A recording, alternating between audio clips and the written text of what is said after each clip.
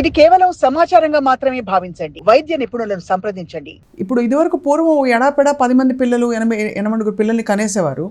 ఇప్పుడు రూరల్ ఏరియాస్లో కూడా మనకి సిటీల్లో జరుగుతున్న 1,00,000 టెస్ట్లు అవుతున్నాయండి ప్రెగ్నెన్సీలో. చాలా మటుకు అవుతున్నాయండి. ఎందుకు చేయాల్సిన అవసరం ఉందా మ్యామ్?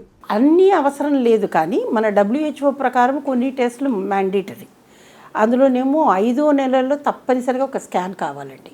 ఒక కాలంలో WHO అనేది 4 సార్లు వెళ్తే చాలు ప్రెగ్నెంట్ విమెన్ ఫర్ టెస్టింగ్ అని చెప్పారు.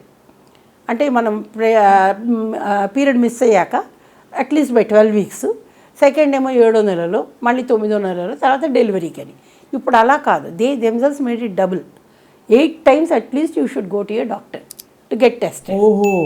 కాబట్టి ఇప్పుడు ఈ ఏరియాస్ అన్నింటినీ మిడ్వైఫ్స్ కూడా చూడొచ్చు. కానీ మన దగ్గర మిడ్వైఫ్స్ చూసేదానికి అంతమంది మిడ్వైఫ్స్ ట్రైన్డ్ ఉన్నారా? మేము ప్రొఫెషన్లో ఎంటర్ అయినప్పుడు, మేము స్టూడెంట్స్గా ఉన్నప్పుడు చాలామంది మిడ్వైఫ్స్ ఉండేవారు. కానీ ఇప్పుడు తర్వాత ఏమైందంటే ఆ మిడ్వైఫ్స్ని ఎంత తీసేసి మల్టీపర్పస్ హెల్త్ వర్కర్స్గా కన్వర్ట్ చేశారు. మా కాలంలో 2 డివిజన్స్ ఉండేవి. పబ్లిక్ హెల్త్ చూసుకునేదానికి హెల్త్ విజిటర్స్ ఉండేవాళ్ళు, ఈ మెటర్నిటీ ఇవన్నీ చూసుకోవడానికి మిడ్వైఫ్స్ ఉండేవాళ్ళు.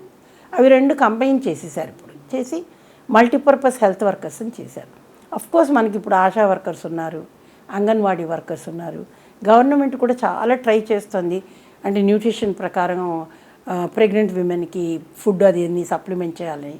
కానీ ప్రాబ్లం ఏమవుతుందంటే వాళ్ళు అక్కడ పోయి అంగన్వాడీలో తినటం లేదు కదండి.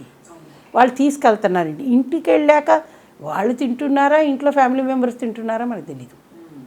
కాబట్టి చెప్పాను కదా, మన దేశంలోనూ ప్లానింగ్ చాలా బాగుంటుందండి.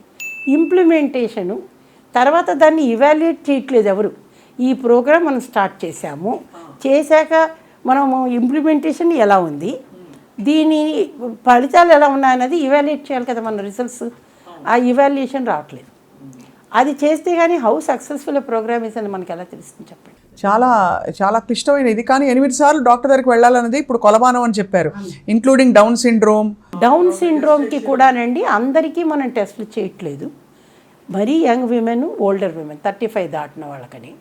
కానీ ఇప్పుడు ఏమైపోయిందంటేను డౌన్ సిండ్రోమ్ ఒక వీళ్ళకి మాత్రమే వస్తుంది, మిగతా వాళ్ళకి రాదు అని చెప్పడానికి లేదు.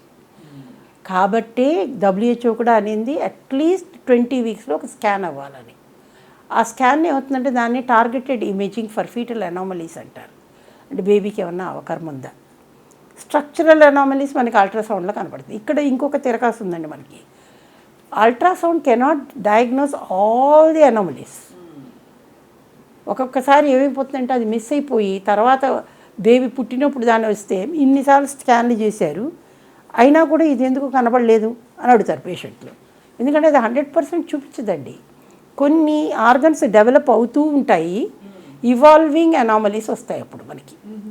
ఎందుకంటే హార్ట్ అన్నది, బ్రెయిన్ అన్నది డెవలప్ అవుతూనే ఉంటాయి. ఈ 5వ నెలలోనే అవన్నీ డెవలప్ అయిపోవు కదా. ఇన్ఫ్యాక్ట్ బ్రెయిన్ అయితే కనుక పుట్టినాక కూడా 2 years దాకా డెవలప్ అవుతుంది. అందుకే 1000 days అని చెప్తారు బేబీది. అంటే వూమ్లోకి వచ్చినప్పటి నుంచి 1000 days you have to take care of the baby, nutritionally కానీ దేని కానీ గ్రోత్ కొరకు అనమాట. కానీ అంతవరకు ఎవరు పట్టించుకుంటున్నారండి? మన ఇమ్యూనైజేషన్ వరకు చూస్తున్నాం. అంగన్వాడీస్లో బేబీస్ని కూడా పెట్టుకుని వాళ్ళకి ఫీడ్ చేయడము అన్నీ. కానీ వాళ్ళకి ఇన్ఫ్రాస్ట్రక్చర్ ఎక్కడుందండి? ముందర వాళ్ళకి ఓన్ బిల్డింగ్స్ లేవు. ఉన్నా కూడా అక్కడ వాళ్ళ సప్లైస్ సరిగ్గా ఉండాలి. మనకి సప్లై చైన్ ఎలా ఉంది అన్నది మనకి చాలామందికి తెలియట్లేదు. So like I said, implementations ఎక్కడ సరిగ్గా లేవు. అదైతే కానీ మనం ఇవన్నీ కూడా చూడలేము. ఇప్పుడు మన దేశంలోనేమో యూత్ చాలా ఉన్నారు, and we have surpassed China కదండి పాపులేషన్లోను. కాబట్టి మన దగ్గర యంగ్ పీపుల్ చాలామంది ఉన్నారు అని అనుకుంటున్నాం. కానీ ఎంతకాలం ఉంటుంది ఇది? అదే కొన్ని రోజులు అయితే వీళ్ళు కూడా ఓల్డ్ అయిపోతారు కదా. కాబట్టి మనం ప్లానింగ్ చాలా బాగా ఉండాలి. ముఖ్యంగా సదర్న్ స్టేట్స్లోనండి రీప్లేస్మెంట్ రేట్ కంటే కూడా ఫర్టిలిటీ రేట్స్ తగ్గిపోతున్నాయి. అవును. ఎందుకంటే చాలామంది ఒక్క చైల్డ్ చాలనుకుంటున్నారు, ఇద్దరిని కూడా కంటం లేదు. కొంతమంది ఇప్పుడు young couples they don't want to have children only, అలా కూడా వస్తున్నారు మా దగ్గరికి. నేను ఒకటే చెప్తాను, పర్మనెంట్ మెథడ్స్కి వెళ్ళకండి. ఎందుకంటే ఇక ఎనీవే చేంజ్ యువర్ మైండ్, ఎప్పుడైనా చేంజ్ చేసుకోవచ్చు కదండి మనసు. అప్పుడు పిల్లలు కావాలంటే ఎక్కడి నుంచి పుడతారు?